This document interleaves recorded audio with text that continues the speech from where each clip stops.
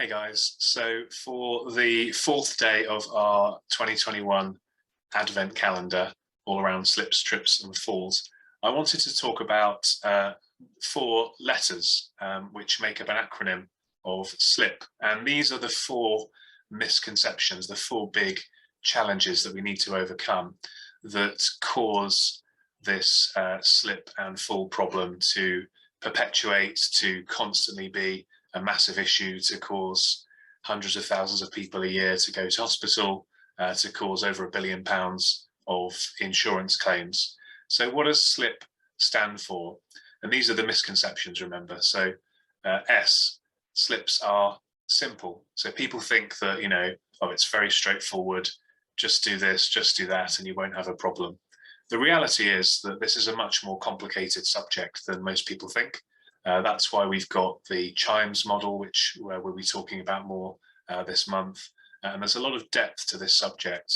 If you look at it superficially, then you don't really make any progress. And that's why, as I said before, the problem keeps perpetuating. L, slips are low cost. So people don't get the fact that actually there's a huge amount of cost associated with this kind of incident. Not only the financial cost, average claim costs around £10,000, but if you speak to HSE, they would say that the hidden cost, the uninsured cost of claims could be 8 to 36 times that.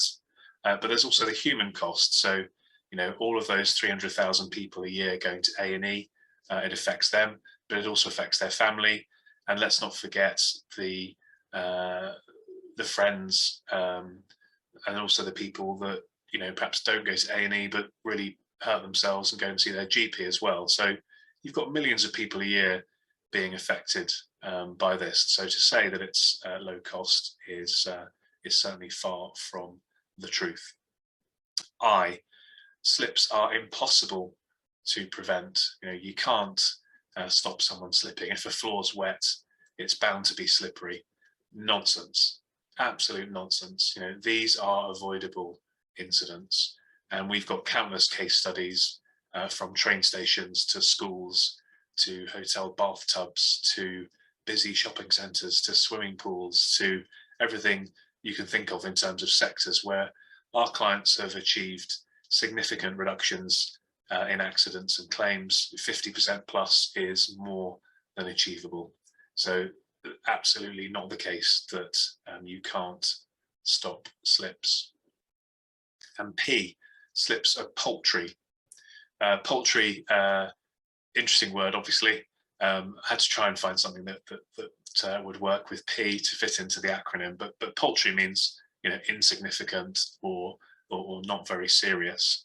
And again, I'm afraid this just isn't the case. So I myself have been involved in several very, very, very serious slip and fall cases over the years, including a death in 2015 in a Co-op store, which I've posted about on social media before. Every year in the UK, around a dozen people suffer amputations as a result of slips. We have several broken hips, which are life-changing injuries. Just in 2020, Tesco were fined £733,000 after a gentleman slipped and broke his hip. And this was a gentleman who was in his early 90s, I think.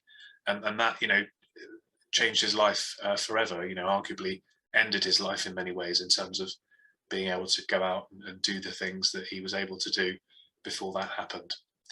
So what you can see hopefully from this is we've got to get past these misconceptions. They are misconceptions, they're not true. We've got to do the best we can to change people's views on this. And hence why I spend a lot of time doing videos like this and content and articles and podcasts and webinars and so on and so forth. Hope that's been useful and that you're enjoying the Advent calendar so far.